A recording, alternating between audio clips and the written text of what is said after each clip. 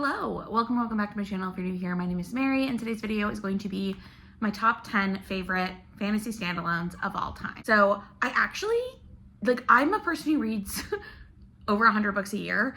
I kind of struggled to make this list. So some of these are technically not standalones.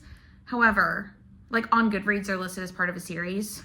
All of these I would consider books that you can read on their own, and it is a complete story. Some of these have companion novels.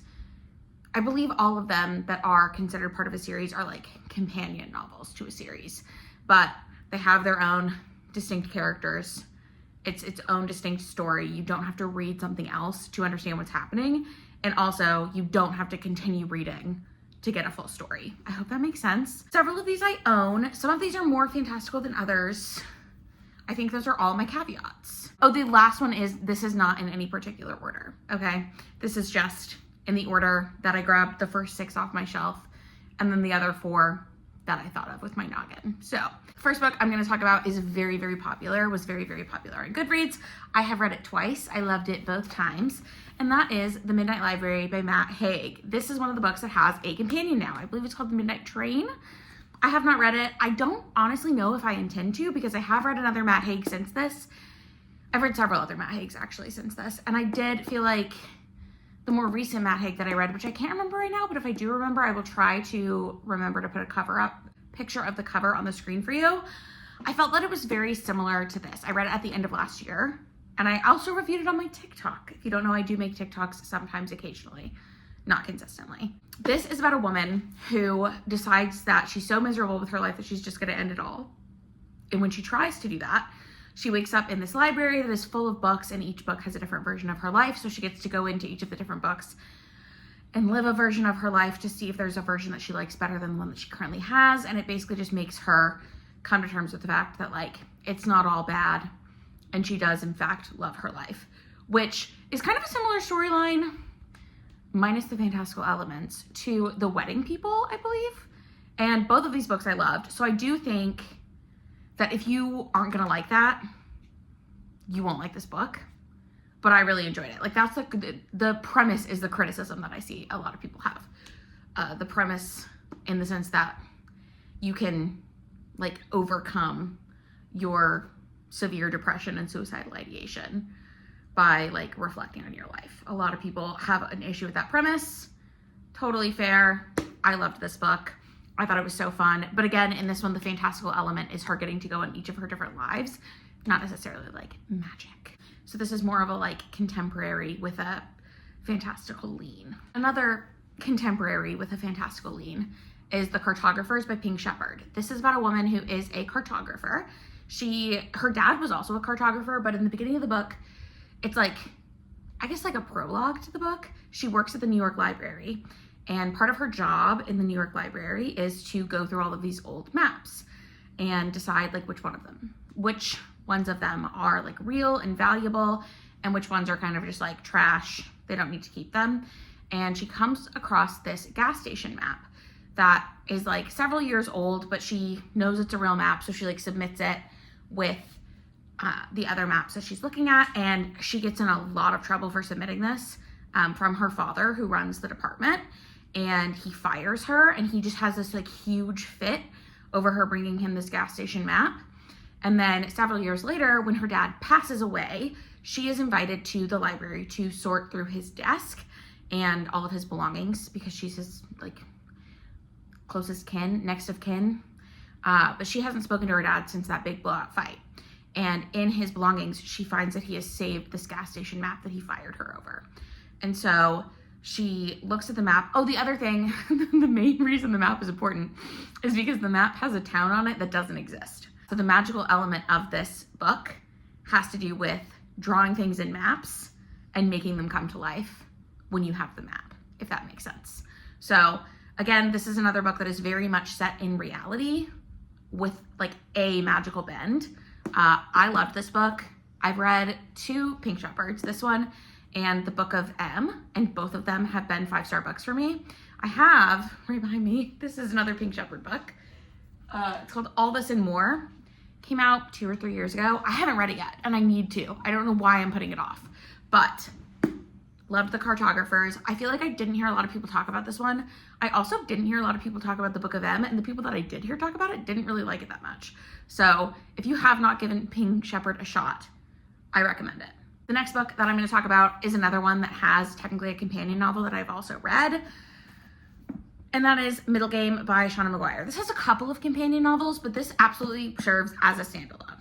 So some of the companions in this book, there is a book series, and that book series, the author of this book, Shauna Maguire, who's also Mira Grant, if you are familiar with, I think that's her like horror pen name, but she also writes under the pen name A. Deborah Baker, which is a character in this book that has a book series, and she's written some of the books from that book series. So again, there's lots of companions to this book, but none that you need to read to continue reading it. I will say, I can't remember what it's called, Seasonal Fears. I'm gonna be really impressed with myself if that's what the sequel to this is called. But the characters in this book appear in that book. But I don't think, it's kind of like a romance series where it's like a series of standalones. The characters make appearances, but you don't actually have to read them. Anyways, this book is about a set of twins. Is it Roger and Dodger? Okay. So Roger and Dodger, who are twins that are separated at birth, and they find out that they have this, I'm not gonna remember what it's called now, but they can like connect to each other's minds and communicate that way. And they're sent on this sort of like journey. Roger is really skilled with words, and Dodger is very skilled with math. And so they both have these like innate abilities, and they're trying to figure out like why they were separated at birth, why they can like telekinetically communicate to each other. And also there's this like alchemical lore in their world that they know they're connected to, but they can't figure out how they are connected to it. This is definitely like a weird book. I did have my friend Jacob try to read this, and he did not enjoy his experience, so sorry to Jacob, but he did give it the old college try. So I know this is not for everyone, but I absolutely loved this book when I read it, and maybe I do need like a reread of this, but I thought it was so interesting. This is one, again, that's like set in our world, but this has much more of like a magic element to it. I guess it's alchemy. That's the word that I'm looking for. It is, in my opinion, one of the better like Shauna Maguire, Mira Grant type books. Although your mileage may vary, as I said. It is also quite chunky, which I didn't really remember. It's 530 pages. So I do highly recommend this one. Speaking of like weird books, I've talked about this kind of recently in a comparisons video. This is The Library at Mount Char by Scott Hawkins. He has not released anything since this book, but I just found out from watching Peruse Project Reagan's video about new releases. I think he's got something coming out in September. So I'm very excited for that. I might make a video of like my most anticipated releases for the end of the year. We'll see. But this is about a family of sorts. So it's, the main character is this woman, Carolyn, and she has 7 siblings, I think, and each of them has a like specific knowledge subset that they have studied since they were small children. And their father is kind of like God. And before this book starts, he has gone missing. And so the siblings are trying to find him.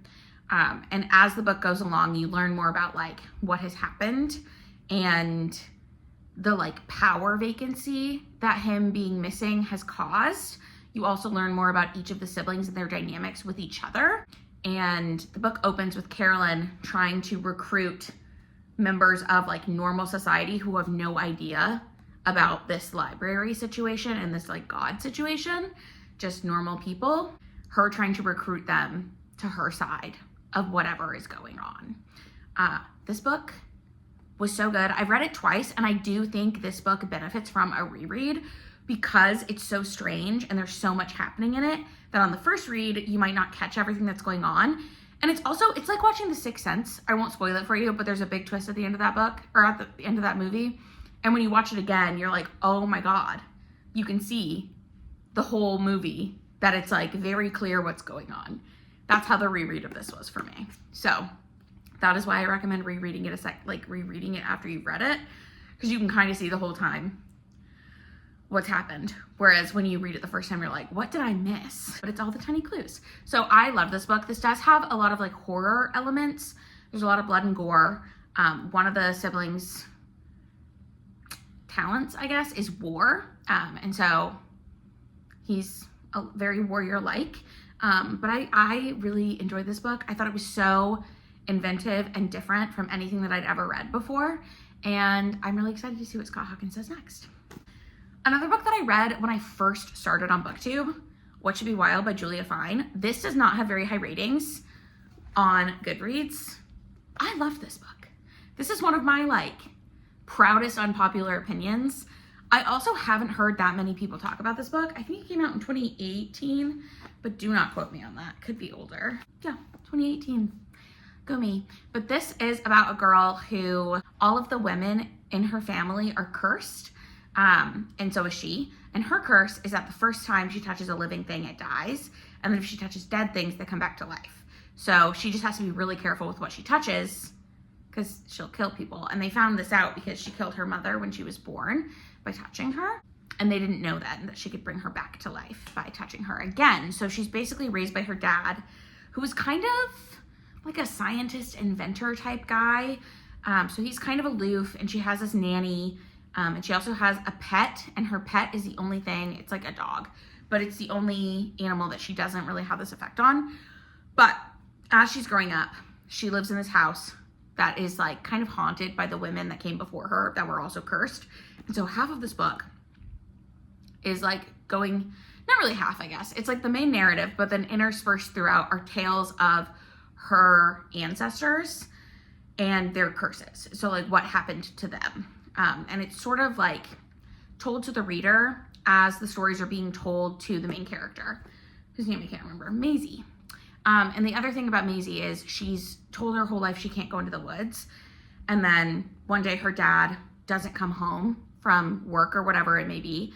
And her like nanny / watcher, whoever it is, doesn't ever show up. So she goes into the woods. And it's about like sort of what happens to her from there.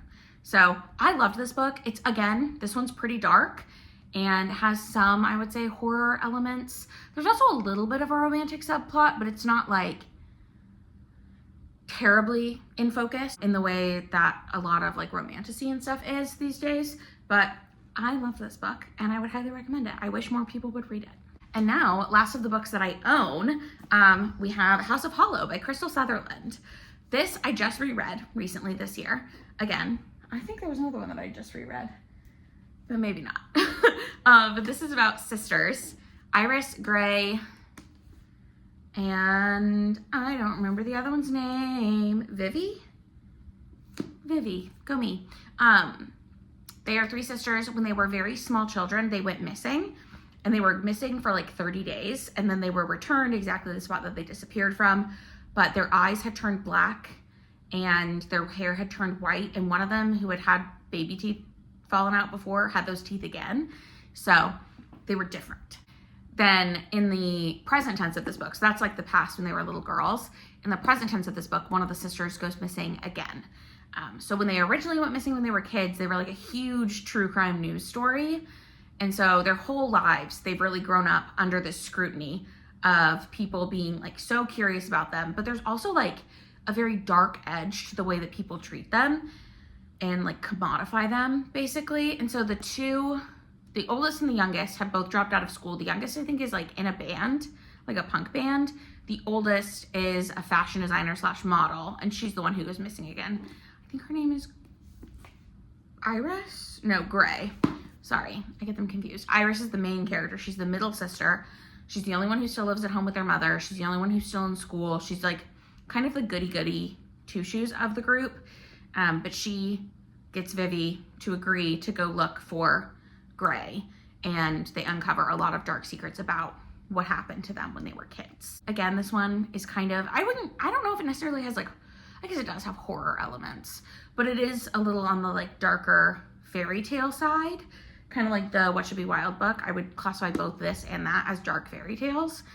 So if you're into that kind of thing, I think this is a good one to try. This is also young adult, which I don't think any of the other ones that I mentioned are. So could be good for that. The next book I'm going to talk about is another YA fantasy standalone, and that is A Far Wilder Magic by Allison Saft. And this is, I don't know that this is necessarily romantasy, but this is a fantasy with a heavy romantic subplot. The premise of this book is that in this world, there is a great hunt every year that is part of this like village, and every hunt needs a sharpshooter and an alchemist. And in this world, we have a woman who I think it's like her grandmother was like the greatest alchemist of all time. But she is being trained in alchemy, and then her grandmother disappears. Something happens to her. I don't really remember all of the lore, but somehow she ends up having to team up with this guy who is trying to become an alchemist. I think he's the alchemist and she's the sharpshooter, but I'm gonna be so embarrassed if that's wrong. Hold on. I double checked and I was right. So no need to be embarrassed. But she is like the grandmother of this woman who was a like great alchemist. The woman is either dead or missing, or something has happened to her. And this guy who wants to be trained in alchemy comes to the manor that she's living in to be trained in alchemy. And she's like, you know what? I can get you in contact with the woman who is like the best alchemist of all time, but you need to be the alchemist and I can be the sharpshooter for this. It's called the Half Moon Hunt. And they're hunting this mythical creature called the Hala. And essentially if you kill the Hala, then you become like very wealthy and like revered in the town is kind of what it is. So they have to be like an unlikely pair together, and they end up sort of having like a romantic connection as they train for this Half Moon Hunt. And I really loved that book when I read it. I believe I have a vlog of me reading it that I will try to link for you. It was several years ago now. I was still living in Arkansas, which means that it was at least 4 or 5 years ago. But I'll link it for you in case you're interested. Speaking of books I read a long, long time ago, and then I believe also might be YA. Spinning Silver by Naomi Novik is another of my favorite fantasy standalones. This is a very like wintry book. The premise is there's a young Jewish girl. She's like a teenager, I think. And her dad is a debt collector for this town, but he's terrible at his job, which means that her family is suffering. So she goes out to collect the debts that is owed to her family because her family does money lending. And at the beginning of the book, there's a fae guy. He has a special name, but I can't remember what it is. He hears about this mortal woman who is able to spin silver into gold because she collects interest on the debt. That's how she's able to do that. But he thinks that it's like a magic thing. So he kidnaps her and brings her to his fortress, and she has to spin silver into gold for him. So it's about her having to like cunningly think through how to survive different trials. And I remember really loving it. Again, it's been many years since I read that book, but maybe I'm due for a reread. I don't know. But I remember really, really enjoying it. So if you have not read that one yet, again, I think that was like a 2016 or 2018 release. It's like kind of an old book. But if you haven't read it yet, I highly recommend it. Next up, a book I read a couple years ago that is also founded in like Jewish tradition, which I think is interesting. It's called Sisters of the Winter Wood by Rena Rossner. I think it's Rena Rossner. Yes, Rena Rossner. And this follows two sisters who find out that they are essentially descended from animal shifters. So like their dad is from this like family of bears, and their mom is from this family of, is it geese or swans? Some sort of flying large bird. And one of the sisters turns into a goose or a swan. It might be a swan. That sounds nicer, doesn't it? Either way, the other sister turns into a bear, and something has happened but they notice this change during puberty. So their parents at the same time don't really have time to explain it to them because something has happened with one of the kingdoms that I believe it's the kingdom their dad came from. So he has to go back to his like home kingdom, and the wife goes with him. And so these two daughters are left to sort of fend for themselves in this town. And then at the same time, there's this group of fox shifters that is coming into the town and kind of messing things up. This is also historical fantasy. I think it's supposed to be set in like Russia or Poland or somewhere in Eastern Europe. And it's around the turn of the century, if I'm remembering correctly. But I loved this book. I loved the sister relationship explored in it, which is one of my favorite things to read about. And I also really enjoyed the way that the like folklore fantasy sections were sort of like fleshed out in the way that that story was told. There's also a very sweet romance between one of the sisters and one of the boys in town, which I really enjoyed. And so I do highly recommend that one. And I feel like, again, it's one that I don't hear a lot of people talk about a lot of the time. And the last book that I'm going to mention, this is another one that is technically listed as like part of a greater world, and that is Trust of the Emerald Sea by Brandon Sanderson. I don't think you necessarily need to read anything else by Brandon Sanderson to read this book and fully understand it. I do understand that there are characters in this book that appear in his other works, but I don't personally, I've read a lot of the Cosmere, and I don't think that any of it like depends on this book. And I also don't think that this book depends on any of the other Cosmere stuff. But feel free to let me know if you disagree in the comments down below. Trust of the Emerald Sea is about a girl named Tress, and it's been compared to The Princess Bride, and I think that's kind of accurate. It definitely has a very like light vibe, but essentially they're on this world where